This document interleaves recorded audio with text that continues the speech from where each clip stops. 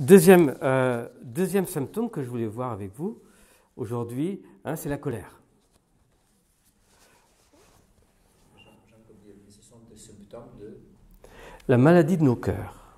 Parce que tu termines ce que tu as commencé la dernière fois. C'est ça. Ah, d'accord. C'est ça. Et après, je donnerai quelques chemins au niveau de la guérison. Donc c'est la colère qui elle prend, je dirais, s'appuie sur les différentes failles qu'on a vues, soit au niveau de l'affectivité, de nos manques de sécurité ou des problèmes identitaires. Alors, vous voyez, donc la colère. Alors, vous savez qu'il y a deux sortes de colère. Il y a la colère, ce qu'on appelle la colère blanche, et la colère noire. C'est-à-dire la colère blanche, c'est que j'ai une colère en moi, mais elle sort pas, mais elle m'habite, si vous voulez. La colère noire, c'est quand, vous voyez ça. On l'a défini comme ça, si vous voulez. Colère extérieure, si vous voulez, colère noire. Alors, c'est sûr que dans la Bible, on parle de colère juste. Vous vous en souvenez, par exemple, Moïse, quand il est revenu après avoir reçu les tables de la loi, qui a purifié le peuple, qui s'est mis en colère parce qu'ils étaient mis dans l'idolâtrie, ou alors Jésus qui s'est mis en colère en chassant les chasseurs du temple. Vous vous en souvenez de ces événements-là. Mais selon l'Église, selon la tradition, la colère quand même est une maladie de l'âme, si vous voulez. Donc il faut faire attention.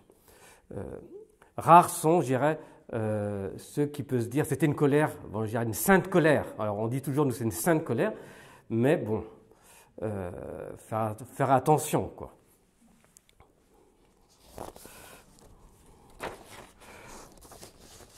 Alors quand vous allez en Chine, je ne sais pas si vous avez été en Chine, vous allez dans un restaurant, par exemple, vous allez à Hong Kong, vous allez dans un restaurant philippin, c'est très calme, il n'y a pas un bruit, où les gens mangent très silencieusement. Et vous allez après dans un restaurant chinois, et il y a un bruit, et tout le monde crie. Ça, c'est les Chinois. C'est pas comme les Japonais, vous voyez, Japonais, Vietnamiens, c'est très silencieux, mais les Chinois, c'est très bruyant. Et on a l'impression qu'ils sont toujours en colère. Et en fin de compte, non. C'est leur habitude, si vous voulez. Ils haussent la voix en permanence et ils sont dans une habitude de hausser la voix, mais ils sont aussi dans un climat de colère, si vous voulez. Parce que je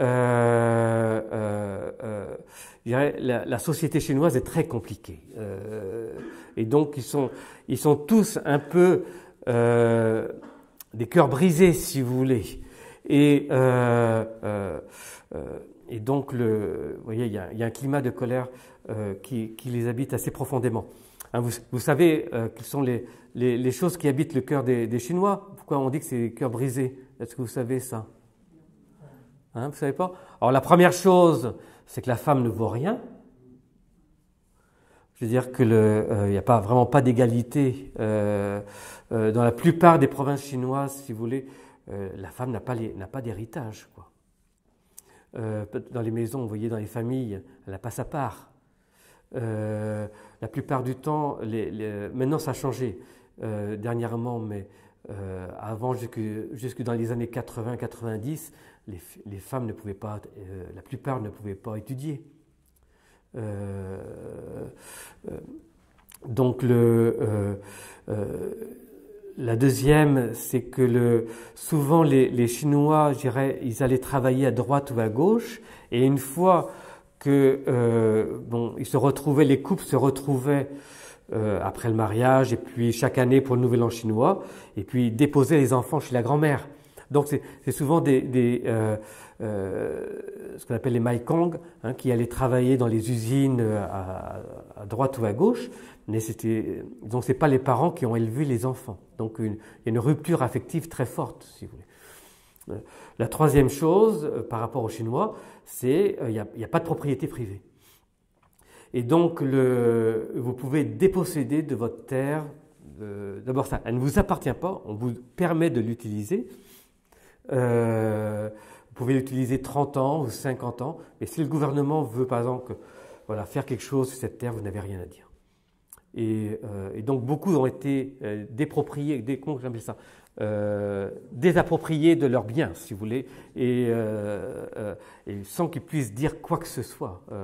Donc ça fait un climat de gens très très blessés, si vous voulez. Et vous savez que la Chine s'est beaucoup développée, a construit beaucoup d'usines sur des terres agricoles, sur des terres des Chinois, beaucoup d'autoroutes, tout ça, et les gens ont été désappropriés de leurs biens, ils n'ont plus rien dire pour le développement. Voilà. Donc ça fait un climat qui est difficile, si vous voulez, pour...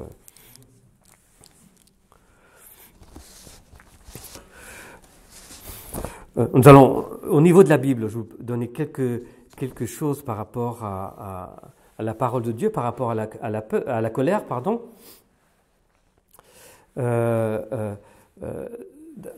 D'abord, la colère peut être liée à la sécurité. Hein, quand vous savez, comme le chien, hein, quand il a son périmètre, où il doit monter la garde, et s'il y a quelqu'un qui traverse ce périmètre-là, quelqu'un de nouveau, hein, il va se mettre à aboyer et donc à hurler. Alors c'est lié, si vous voulez, à la dimension de sécurité, si vous voulez. Alors, dans la Bible, nous voyons ça avec Hérode. Vous vous en souvenez, quand Hérode a appris que le roi Messie était né, et que et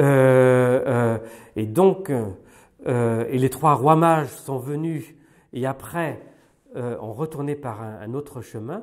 Alors d'abord il s'est senti désabusé, disant, parce que les trois rois mages ne sont pas venus, lui dire où le roi Messie était, mais surtout aussi il a peur de quitter, donc que son pouvoir puisse être remplacé, si vous voulez, qu'il puisse de perdre son pouvoir, et c'est là qu'il y a eu le massacre des Saints Innocents. Donc il s'est monté en colère, hein, ce que dit la Bible, et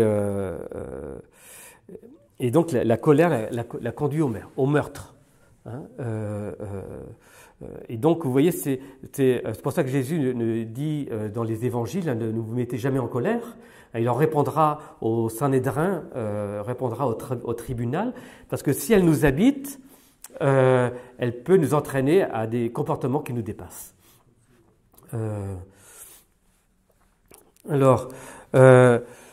c'est le premier point. Le deuxième point, par rapport à la colère, comment elle peut arriver, je m'en souviens un jour, quand j'étais au tout début de mon ministère parmi les lépreux, parce qu'on aidait les lépreux quand ils avaient besoin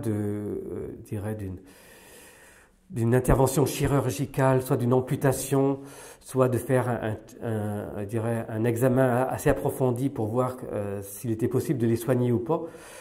Donc on les aidait, si vous voulez, parce qu'ils n'avaient pas les moyens d'aller à l'hôpital.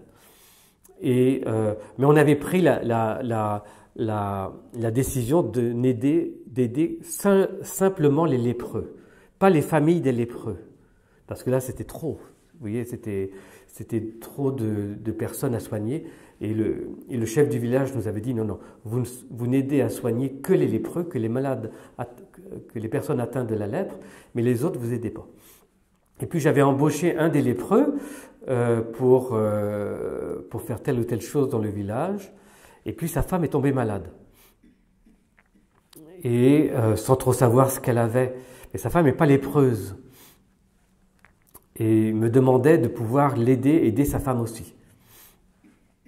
Moi je dis non, selon la règle qu'on a vue avec le chef du village, surtout que je lui donnais un salaire. Donc je savais qu'il pouvait, avec le salaire que je lui donnais, au moins faire les analyses et voir ce qui était possible. Et sa femme a travaillé en plus. Donc il est venu plusieurs fois Et je savais que si je disais oui, après c'était tous les autres qu'il fallait dire oui. Donc c'était donc des situations un peu difficiles, vous voyez. Et puis j'avais appris en plus que ces personnes que j'avais employées, dont la femme était malade, souvent jouaient au jeu. Vous savez, le petit casino local, il y en a beaucoup en Chine. Ils sont très liés au jeu d'argent. Et puis un jour, il est venu, il insistait encore pour que je l'aide à soigner sa femme. Et puis j'ai dit, ben non, et puis je sais que tu joues au jeu, ne joue plus au jeu, puis après je verrai. Et en fin de compte, j'avais mis le doigt sur un péché caché, si vous voulez, qu'il ne voulait pas que je sache. Et il a monté dans une colère plus que noire.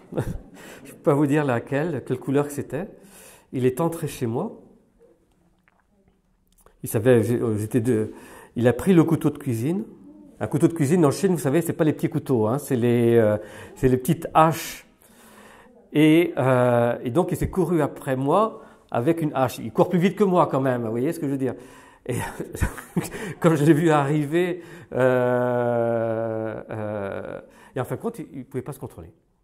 Parce que j'avais mis le doigt sur son péché, quoi. Vous voyez ce que je veux dire?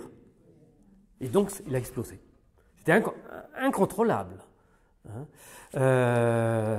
Et c'est ce qu'on voit aussi dans les évangiles, où Jésus va à Nazareth, et il dit, donc au tout début de l'évangile, médecin, soigne-toi toi-même, et voilà. Et ici, il ne pouvait rien faire parce qu'il n'avait pas vraiment la foi. Et la population de Nazareth se met dans une colère et veut tuer Jésus, le pousser sur le, comment on appelle ça, le haut du village, le ravin du village. Je veux dire le propre village de Jésus. Parce que Jésus avait, je dirais, mis le doigt sur le péché profond du village, qui était un manque de foi, c'était réel. Ils n'avaient pas la vraie foi. Et donc, vous voyez ce que je veux dire, c'est que certaines colères sont liées à des choses comme ça. Hein, d'accord, quand on met le doigt sur... vous comprenez? Sur la vérité, mais une vérité qu'on n'est pas prête à recevoir, si vous voulez, bien sûr. C'est pour ça que d'ailleurs, vous voyez, ce qui est très beau quand, par exemple, les pharisiens amènent une femme adultère, Jésus, il écrit par terre, et après, les pharisiens disent, selon la loi, cette femme a besoin de la lapidation, ça devrait être lapidé. Et Jésus se lève et dit, celui qui n'a jamais péché, lève jette la première pierre, mais il n'a pas mis le doigt sur leur péché. Il a dit simplement, et là ils sont partis tous. Voilà. Voilà, mettre le doigt sur le péché de l'autre, faut faire attention. Moi j'ai appris là, je pouvais dire que autre chose par rapport à la colère. Un jour, je faisais une retraite à Pékin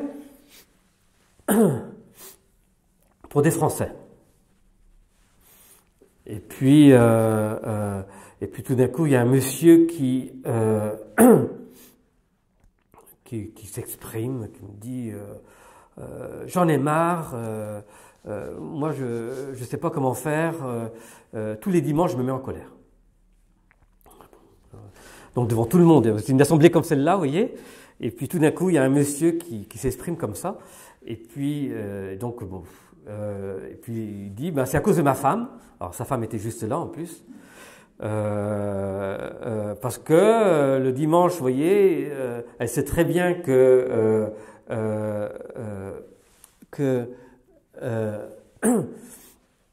qu'on doit aller à la messe, qu'il faut arriver à l'heure, qu'il faut partir à l'heure, et elle est toujours en retard. Et ça me met dans une colère incontrôlable. Alors j'étais un peu désemparé pour sa femme, surtout qu'il a dit ça devant tout le monde, vous voyez, c'était pas très agréable pour sa femme, je dirais, en plus personnellement, j'ai pas répondu là, mais je me disais, ben pourquoi tu l'aides pas ta femme, quoi? Tu vois, tu sais ils avaient 3-4 enfants, ben si vous vous mettez ensemble, peut-être qu'ils arriveraient plus vite à être à l'heure pour partir, quoi. Je dirais, pourquoi tu m'aides pas? Et puis la retraite s'est déroulée, et puis je me suis rendu compte que sa femme était toujours très ponctuelle. Mais lui était toujours en retard. Vous voyez ce que je veux dire? Et en fin de compte, ce qui ne supportait pas le dimanche, derrière les retards de sa femme, que je peux imaginer avec tous les enfants qu'ils avaient à préparer, en fin de compte, c'est son propre péché. Si vous voulez, c'est l'effet miroir, où on se met en colère pour le péché de quelqu'un, mais en fin de compte, c'est mon propre péché que je réagis. Est-ce que vous comprenez ce que je veux dire? C'est l'effet miroir, si vous voulez. C'est très significatif que, par exemple, pour tel ou tel, je dirais, défaut d'une personne, certains vont se mettre en colère et d'autres pas. Oui, ils vont trouver ça, bon, c'est pas grave. Mais d'autres vont réagir très violemment. Ils vont trouver ça très injuste, tout ça. Mais en fin de compte, derrière, si vous voulez, c'est que nous avons, je dirais, vous voyez, c'est l'effet miroir. L'autre manifeste ce que je suis aussi, vous voyez, les défauts de l'autre. Et si je réagis si fortement, c'est parce que peut-être qu'il y a, voilà, il y a quelque chose d'abord en moi à changer, si vous voulez. Est-ce que vous comprenez ce que je veux dire?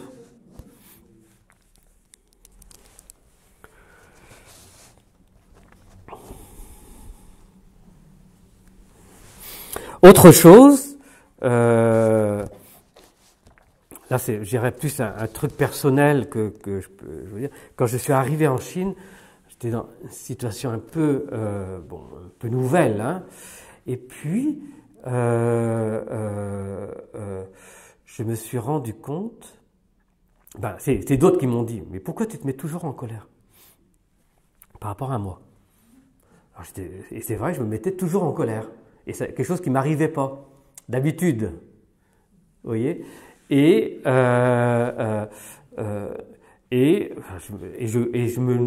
ne me comprenais pas moi-même. Heureusement, j'étais voir un ami prêtre, un jésuite, et on a travaillé un petit peu la chose ensemble, si vous voulez. Et derrière, qu'est-ce qu'il y avait? C'est parce que dans la situation où j'étais à l'époque, c'était une situation que j'avais vécue un peu similaire, mais il y a 30 ans avant, quand j'étais un peu jeune, si vous voulez, au niveau de l'enfance. Et comme c'était quelque chose, si vous voulez, qui n'avait pas été, je dirais, cicatrisé, ou si vous voulez, et que je retrouvais une situation similaire, je me retrouvais dans, disons, toute cette colère qui m'habitait, mais qui était refoulée, ressurgissait, si vous voulez. Et donc, ce qu'il y a derrière, c'est que, vous voyez, certaines de nos colères aussi sont liées à des choses des situations ou des blessures, si vous voulez, ou des choses que nous avons subies quand nous étions enfants, hein, et qui n'ont pas été cicatrisées. Et quand nous rencontrons des situations un peu similaires, cette colère qui était en fin de compte comme cachée ressurgit, si vous voulez. Vous comprenez ce que je veux dire? Voilà. Donc tout le côté, je dirais, blessures d'enfance, ce qu'on appelle les blessures de l'enfance.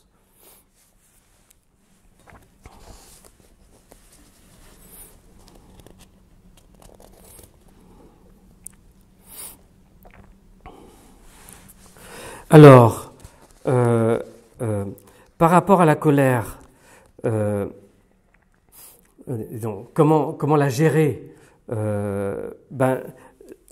Décider de ne pas agir dans un sentiment de colère. Hein, ça veut dire que quand la colère monte, pour telle ou telle raison, ne pas agir et savoir ce qu'on appelle attendre et prendre du recul. je dirais que nos cœurs se calment avant de pouvoir, disons, agir, de pouvoir, je dirais, comment dire, gérer la situation, si vous voulez.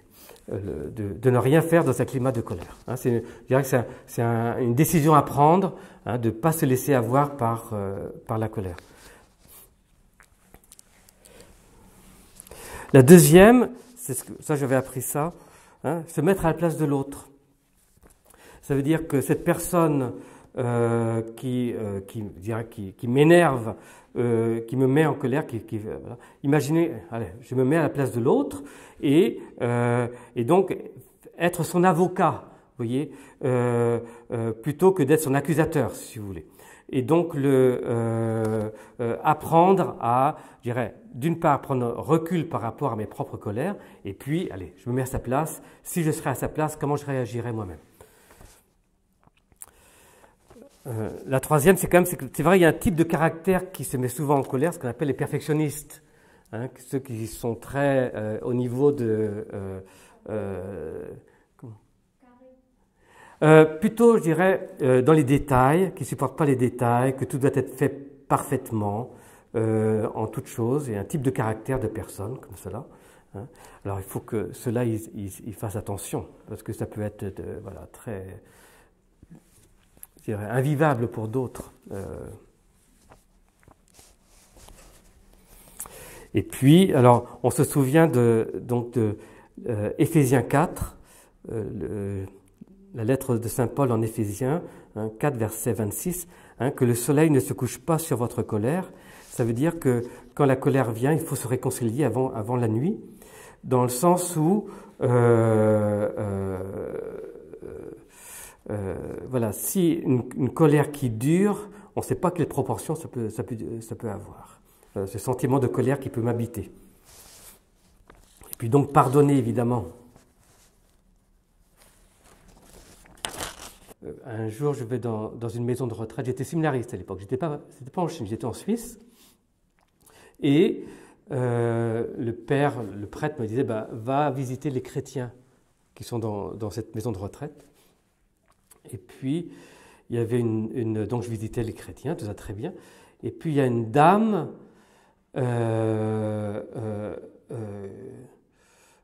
assez forte qui marchait comme ça, un peu, qui avait une grosse tête, je ne sais pas comment dire ça, pas très agréable, si vous voulez. Pas comme toi tu as une bonne tête. Et donc, et je la voyais, quand elle mangeait à table, elle poussait les chaises, tout le monde avait peur d'elle. Alors moi-même, quand je l'ai vue, j'ai été effrayé. Elle avait 80 ans quand même, hein, mais elle était très forte et elle avait une tête, elle m'effrayait. Alors je visitais les chrétiens, tout ça, et puis les pratiquants. Et puis au bout d'un moment, je me dis, il faut quand même que j'aille la voir, cette femme-là. Et puis donc je vais la voir, et puis je lui ai dit, alors comment ça va, nanana. Et puis on se met un petit peu à parler, et puis là elle me dit, je lui pardonnerai jamais.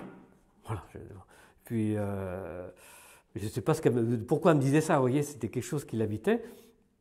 Et puis je suis revenu, tous les 15 jours je venais une fois, et puis une fois donc on a commencé à parler un peu plus profondément, et là elle m'avouait que c'était son mari, qu'il l'avait trompé, qu'il avait fait des choses qui l'avaient profondément blessé, vraiment terriblement, c'est vrai. Et qu'est-ce qu'on peut dire, vous voyez, il n'y a rien à dire, quoi, tu vois. Donc, et puis 15 jours ou un mois après, j'apprends, en fin de compte, son mari est mort depuis 10 ans. Mais sa colère était là. Et là, je dis, mais bon, il t'a blessé, ça, bon. Son sort, on ne sait pas, mais toi, libère-toi de cela, tu vois. Je dirais, et ça ne peut se passer que, je dirais, en vivant aussi, je dirais, un pardon, quoi. Je veux dire, il faut que tu pardonnes. Et qu'elle ne soit pas habitée en permanence de sa colère, qui ne pourra pas être réglée d'une façon ou d'une autre, parce que son mari était décédé depuis 10 ans. tu vois. Et au bout d'un moment, si tu veux, je ne sais plus combien de temps après, avant que j'aille en Chine, c'était juste avant, je la retrouve, le visage pacifié, elle me dit, ça y est, j'ai pardonné. Et donc, bon, je ne sais pas ce qui s'est passé après, tu vois, parce que après j'ai pu revu. Mais ce que je veux dire, tu vois, c'est que je peux comprendre que telle personne peut vraiment nous blesser terriblement, tu veux, hein, mais il ne faut pas aussi, tu vois, il faut pas que la colère nous habite. Tu vois ce que je veux dire. Et c'est vrai que le pardon tu vois, aide. Chez les Grecs, il y a deux forces de l'âme, chez la philosophie grecque, qu'on appelle l'irascible et le concupiscible. Je ne sais pas si vous connaissez. Le concupiscible, c'est le désir, si vous voulez, c'est ce qui nous attire, hein, la concupiscence. Bon. Et l'irascible, c'est la colère. Et pour les Grecs, c'est une force de l'âme. Mais, si vous voulez, donc la colère, on est tous habitués par une colère, c'est une force. Vous voyez, pour ceux qui ont vu le film Le Revenant, avec Leonardo DiCaprio, comment on appelle ça? Le Revenant, hein, où son fils avait été tué, et donc tout le truc du fils, c'est qu'il voulait se venger. Vous voyez, et donc ça l'a poussé à guérir, à sortir de problèmes avec l'ours, tout ça, et après de chercher son ennemi pour essayer de se venger. Alors, vous voyez, donc c'est vraiment une force de l'âme qui peut agir de façon incroyable, hein, la colère. Mais, vous voyez, mais je dirais, elle doit être dirigée, cette colère. Si vous voulez, on doit haïr le péché, ça on doit le haïr, mais peut-être pas les personnes. Et donc le jugement ne nous appartient pas quand même, vous voyez, même s'ils nous ont fait du mal, vous voyez, c'est difficile, hein, mais vous voyez, l'irascible nous habite quand même. Hein. Par exemple, on dit que la Sainte Vierge aussi elle a de l'irascible. La Sainte Vierge est sans péché, hein, mais c'est la haine du péché. Elle a une haine de ce qui est mal, mais pas des personnes. Vous voyez, et donc sa colère n'est pas dirigée vers tel ou tel. Vous comprenez ce que je veux dire, hein, voilà. Vous vous en souvenez quand Jésus a institué l'Eucharistie? C'était quand Jésus a institué l'Eucharistie? Hein? Le jeudi saint. Et c'était entre quoi et quoi? Alors, en Matthieu, c'est très clair. C'était après avoir annoncé la trahison de Judas et juste avant d'avoir annoncé le reniement de Pierre. C'est-à-dire, c'est entre ces deux, en Matthieu, vous regarderez Matthieu 26, entre ces deux, je dirais, trahison, reniement, que Jésus a institué l'Eucharistie. Et ce qu'il y a derrière, si vous voulez, c'est que Jésus veut descendre dans nos failles. Hein, il veut, vous voyez, et je dirais que c'est vrai que l'Eucharistie est un sacrement de guérison, mais Jésus veut descendre dans ces lieux en nous qui peut nous conduire au péché. Ça, c'est la première chose. La deuxième chose, comme tu disais, je ne connais pas ton nom, mais beaucoup quand même de nos problèmes, je dirais, actuels, c'est que sont liés à l'enfance. Et je dirais que être guéri, c'est pas forcément d'être sans blessure, hein, mais au moins d'être libéré de ce passé, vous voyez, qui nous tient et qui nous empêche d'être ce que nous sommes nous-mêmes. Et donc il y a tout un travail, si vous voulez, de lumière, et donc où les événements de ma vie d'aujourd'hui, pourquoi je réagis de telle ou telle façon, doivent être aussi, je dirais, relus par rapport à mon passé et souvent, je dirais, ma petite enfance ou mon enfance. Je dirais que souvent, nos plus grandes blessures datent de cette période-là. Et ce travail, si vous voulez, de relecture, on ne peut pas le faire seul. C'est ça le problème. Et normalement, si vous voulez, pour entrer dans un vrai chemin de guérison, il faut oser le dire à quelqu'un. Alors, bien sûr, on peut le dire à un psychologue, mais des fois, ça peut être un ami chrétien, vous voyez, parce que les psychologues, des fois, ils n'ont pas un regard de foi. Vous voyez, ils n'ont pas un regard de... Donc, c'est un problème, vous voyez, des gens qui, des fois, même sont athées. Donc, nous, on plus, vous voyez, que quelqu'un prie pour nous libérer de telle ou telle chose, comme cela. Personnellement, ce que moi-même j'ai expérimenté et que j'expérimente en tant que prêtre, c'est que le sacrement de confession est vraiment non seulement un lieu pour vivre le pardon de nos péchés, mais aussi pour guérir. Et vous voyez, des fois, on ne dit que nos péchés, mais il faudrait des fois aussi aller un peu plus loin. Je dirais qu'il y a un dialogue, vous voyez, et d'aller jusqu'aux failles de nos cœurs, si vous voulez, des événements qui nous ont blessés profondément, et de remettre ça dans le sang du Christ, si vous voulez. Vous voyez ce que je veux dire, hein? Mais c'est un cheminement qu'on fait petit à petit, parce qu'il y a des choses, vous voyez, qu'on sait clair, par exemple, il y a telle ou telle chose, par exemple, ce que tu as dit, c'est clair qu'on a été blessé à telle époque, et puis il y a d'autres choses qu'on découvre aussi, que le Seigneur nous montre. Le chemin, la guérison, c'est un chemin quand même. Et donc, ce qui manque, il me semble, beaucoup pour les chrétiens d'aujourd'hui, pour qu'ils vivent ce chemin de guérison, c'est ce qu'on appelle l'accompagnement spirituel. Tu vois? Ou, je dirais, quand vous allez au médecin, vous allez faire un check-up de vos maladies physiques, eh bien, vous allez vous mettre à nu physiquement, et il va faire le check, le scanner, tout ce que vous voulez, ben, il faut aussi se mettre à nu au niveau de l'âme. C'est ce que j'essayais de dire au niveau des symptômes, si vous voulez. Je vais vous donner quelques pistes comme ça, hein. Je n'ai pas tout dit, loin de là. Mais on ne peut pas guérir sans savoir, si vous voulez, quelles sont mes failles les particulières qui m'habitent à moi personnellement, de les dire à quelqu'un, voyez, et de demander à la grâce de Dieu de descendre dans ces failles, si vous voulez. Vous voyez ce que je veux dire? Parce que guérir dans la Bible, ce n'est pas forcément être sans faille.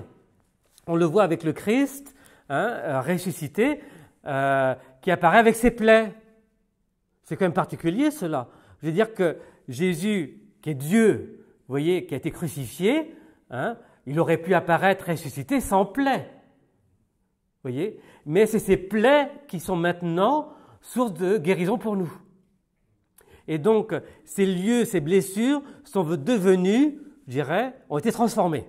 Et c'est pareil pour nous. Vous voyez, c'est que si on entre dans un chemin de guérison et qu'on apprend à se laisser accompagner, nos lieux, peut-être il y a certains endroits où on va guérir. Moi, c'est mon expérience. On peut guérir de certains blocages, de certaines choses qui nous paralysent, vous voyez, parce que Dieu nous veut libres. Mais il y a un certain nombre de choses aussi, de blessures, qui seront là jusqu'au bout. Comme disait saint Paul, j'ai demandé 3 fois au Seigneur de me libérer de cette écharpe dans ma chair. Il m'a dit, ma puissance se manifeste dans ta faiblesse. Et donc, nos lieux, si vous voulez, nos failles, doivent devenir des lieux de gloire, si vous voulez. Vous comprenez ce que je veux dire? Mais il faut les exposer, il faut se mettre à nu. Est-ce que ça va, hein? Deuxièmement, troisièmement, je ne sais plus, c'est qu'il faut y croire. Ce qui empêche la guérison, si vous voulez, de nos cœurs, c'est toutes, je dirais, nos croyances limitatrices. Je suis comme ça, je suis blessé, je ne changerai pas. En gros, quoi. Hein? Et donc, on se bloque nous-mêmes dans un schéma, vous voyez, dans une vision négative de notre personne, en disant qu'on n'y arrivera pas et qu'on a déjà essayé plein de fois, et donc voilà, je suis comme ça, j'ai un mauvais caractère, voilà, et puis c'est pas maintenant que je vais changer, je suis trop vieux pour changer, vous voyez. Est-ce que vous êtes d'accord? Ben non, ça c'est pas juste. Là, si vous avez ces croyances-là, parce que vous voyez, quand ces croyances vous habitent, ça devient un comportement. Et c'est vrai que vous n'allez pas changer si vous vivez comme ça. Et c'est pour ça que dans ce chemin de guérison, c'est la parole de Dieu. Ce qui est quand même particulier quand même, quand on regarde la parole de Dieu, par exemple Abraham, à quel âge Dieu l'a appelé?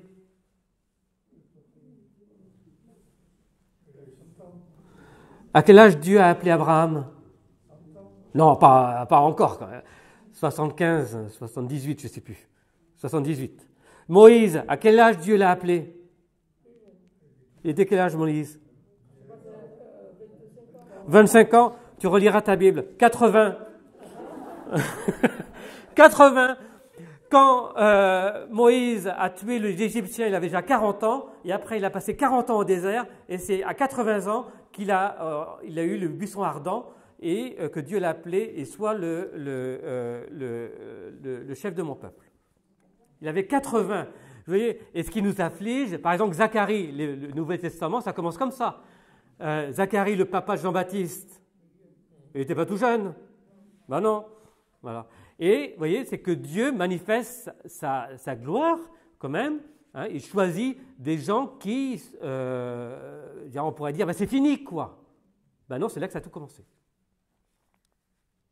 C'est quand même quelque chose. Hein. Moi, je me souviens d'un prêtre qui était à la Grégorienne, qui était prof à la Grégorienne à Rome, et qui est parti en retraite en France. Il avait 70 ans, je ne sais plus, pour finir ses jours, vous voyez, en retraite, après tout un ministère en tant qu'enseignant. Il voulait se reposer, et c'est là que Dieu l'a appelé pour une mission particulière. Il croyait se reposer. Vous voyez ce que je veux dire? Hein? Du Caire, c'est ça? Oui, tu vois, il y en a d'autres, hein, il y en a plein d'autres. Donc, voilà. Et Dieu, il se plaît, je dirais, mais il faut y croire, si vous voulez, qu'un changement est toujours possible. Vous voyez, il faut une ouverture de cœur. Et et c'est pour ça que la parole de Dieu aussi est très importante pour guérir. Parce qu'on a trop de pensées négatives qui nous habitent. C'est pour ça que Saint Paul dit, mettez le casque du salut. Le casque, c'est les pensées, si vous voulez, c'est la parole de Dieu, qui doivent habiter vos cœurs pour que vous ayez les pensées de Dieu. Vous voyez ce que je veux dire? J'arrête là, parce qu'après il va m'engueuler. Il y a plein de choses à dire, mais vous voyez ça avec lui.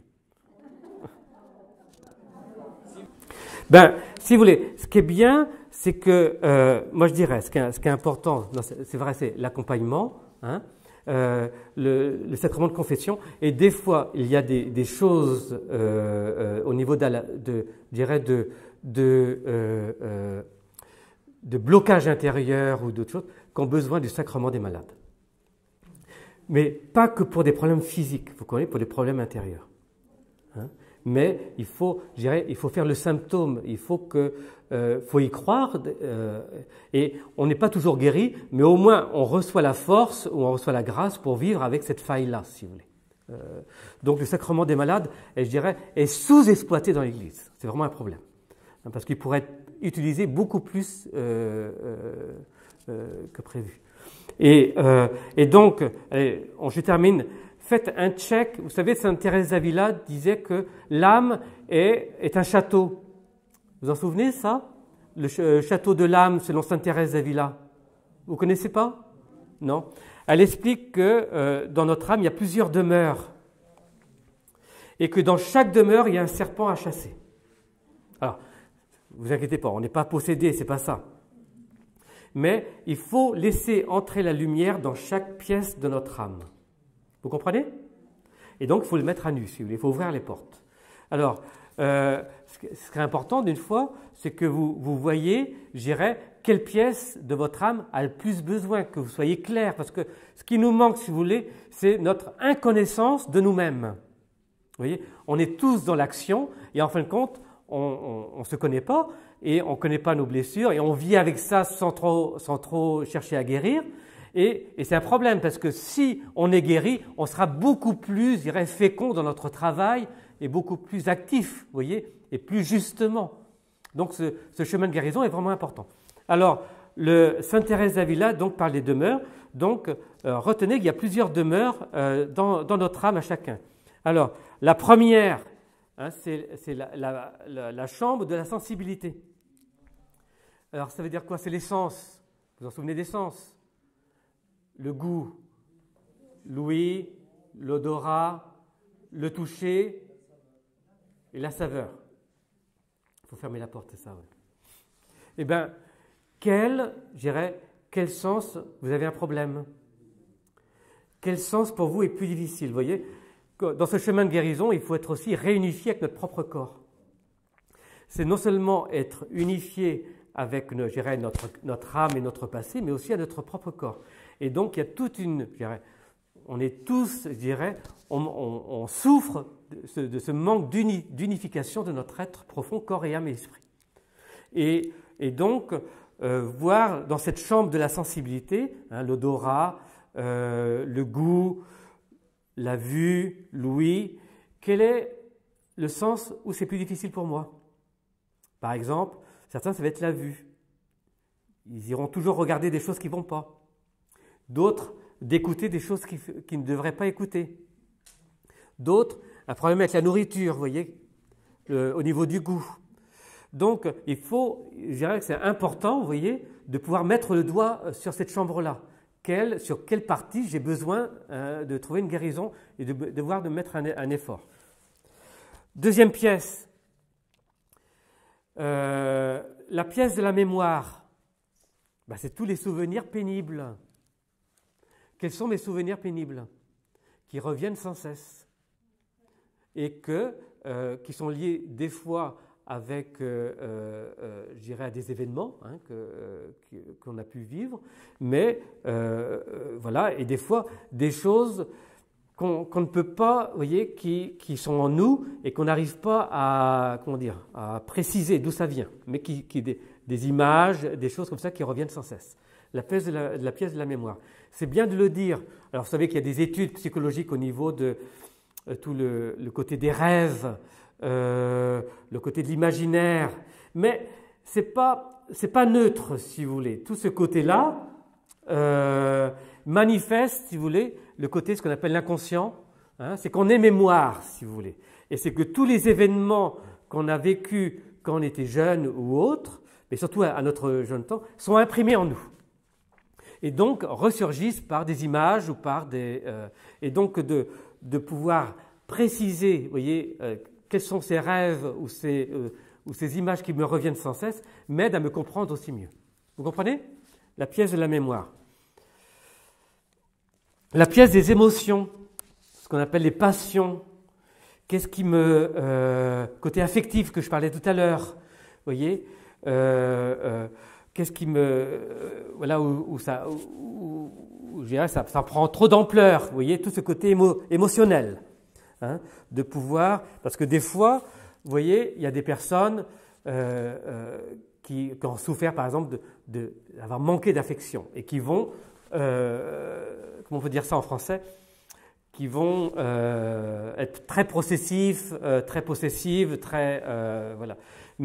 Et donc de repérer dans ce monde, je dirais, émotionnel qui nous habite, quels sont les endroits qui ne sont pas équilibrés, m'aide à mettre la doigt sur le mal profond qui est en moi. Alors derrière, si vous voulez, la pièce des émotions, c'est de voir qu'est-ce qui me donne la joie, qu'est-ce qui me donne la haine, les tristesses, si vous voulez, tout ce côté, puis tous les côtés d'amour et d'affectivité.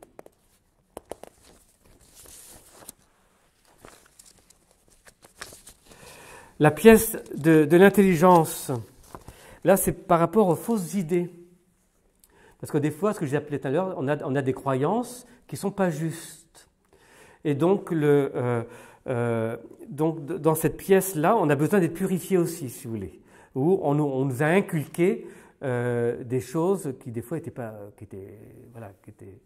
je m'en souviens d'un monsieur, son père lui disait toujours « Tu es bon à rien ». Mais il y croyait. Vous voyez, c'est quelque chose qui était inculqué. Vous voyez, donc c'est tous ces côtés paroles que nous avons reçus qui sont aussi des paroles de ce qu'on appelle de malédiction. Il ne nous a pas maudits, mais et qui ont eu un effet destructeur dans notre croyance sur nous-mêmes, si vous voulez. Tout ce côté mauvaise parole que nous avons reçue.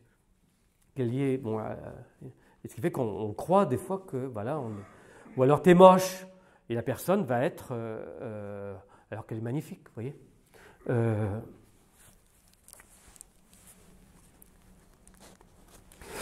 La pièce de ma volonté, donc la chambre de ma volonté, c'est à quel niveau j'ai peur de me donner. Vous voyez, je veux servir, mais voilà, pas trop quand même. Donc, où est-ce que... Ariel, ben oui, ben, ça dépend des personnes. Hein. Donc c'est tout le côté... vous voyez, la volonté, c'est lié au cœur. Là, c'est pas le côté émotionnel, c'est plus profond. C'est toute cette force de l'âme, si vous voulez. Hein, et des fois, les personnes que je rejette, mes égoïsmes, ce que je veux pas, et des fois de pouvoir le définir. Des fois, c'est pas juste. Il y a des choses qui sont pas justes dans ma volonté à moi, dans ce que je veux et ce que je veux pas, vous voyez, et que ça a besoin d'être. Et enfin, voilà, c'est la pièce de mon corps. Où des fois je m'aime pas, vous voyez, ou je m'aime pas tel que je suis. Je me suis, voilà, j'ai pas assez de cheveux, ou alors j'ai un grand nez, donc j'ai toujours quelque chose qui va pas, quoi. Et donc, ou alors je suis trop petit, voilà. Donc, mais souvent, vous voyez, ce manque d'amour de mon corps est lié à quelque chose que j'ai vécu avec quelqu'un qui m'a détruit un peu. Vous comprenez ce que je veux dire? Ça va? Donc, moi je dirais, voilà, faites le tour de vos pièces et une fois, partagez avec quelqu'un.